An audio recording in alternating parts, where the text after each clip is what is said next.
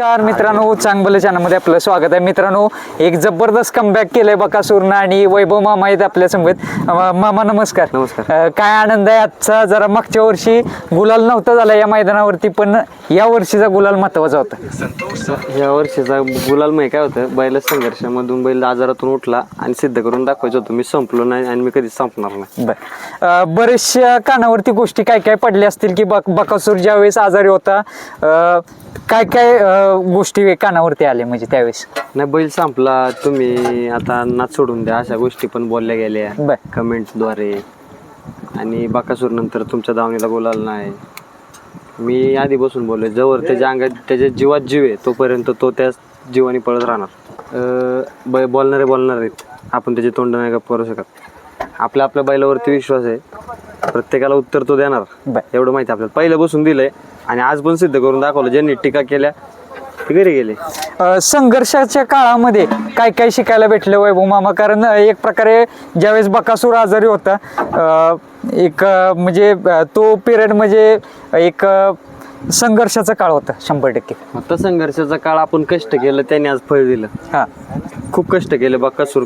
जे ग्रुपमध्ये जेवढे 25 पोरं आहेत, काही गावातली आमच्या जेवढी बकासूरच्या माग आहेत, ती खूप जणांनी सहकार्य केलं, त्यांनी काळजी घेतली. म्हणून आज आपला बैल आणि फॅन फॅमिलीने आशीर्वाद दिले, त्यामुळे आपला बैल लवकर कमबॅक केला. मामा, आज ज्यावेळेस गटाला जोडी पाहिलेली, जरा कमी थोडंसं काय स्पीड लागलेलं, कमेंट वाचले असतील आपण, आज काय होतंय बाबा, काय पुढं काय घडतंय, सेमीला काय घडतंय, परत फायनलला काय घडतंय, काय काय म्हणजे माझं फक्त एकच म्हणणे आहे, जे कमेंट करतात ना की मामांना वाईट बोलले, मोहिलला बोलले, मला बोलले असतील, मी काय कमेंट वाचल्या नाही, पण मला प्रत्येक जण म्हणतोय की गटाच्या व्हिडिओला लय घाण कमेंट आल्या.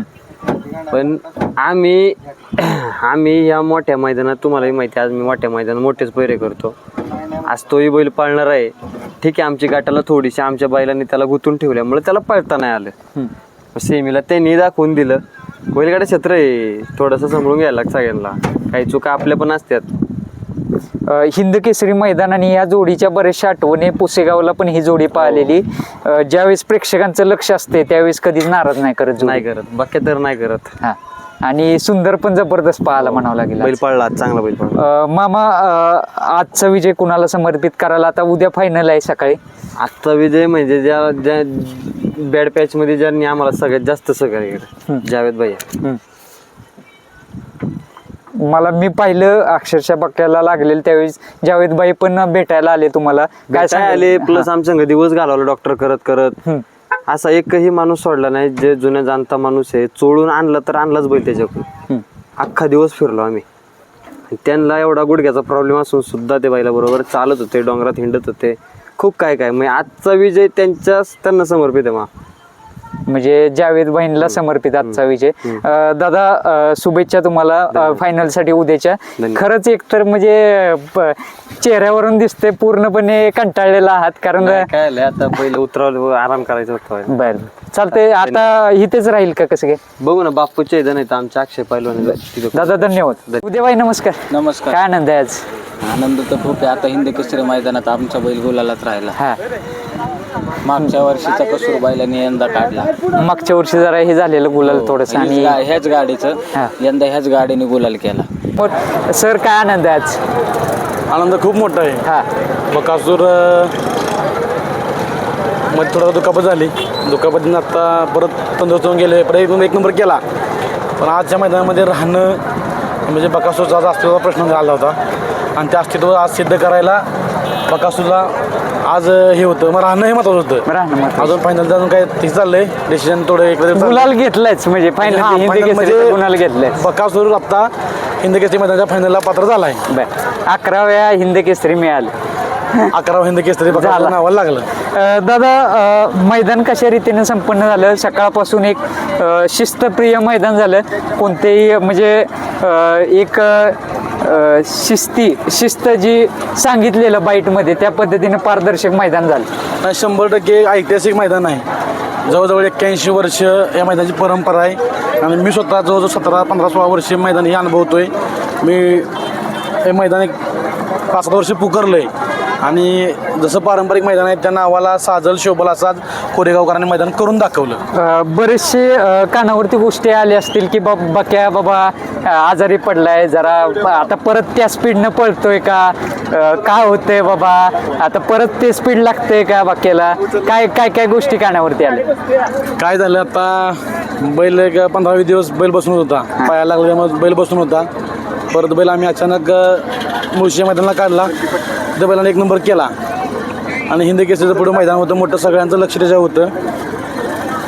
सगळे पहिरे जिथे जागेवर झाले होते सगळे फिक्स झाले होते, पण काही चांगल्या माणसाने आम्हाला नाकारलं. त्याने बकासूरच्या अस्तित्वावर थोडासा प्रश्नचिन्ह निर्माण केला.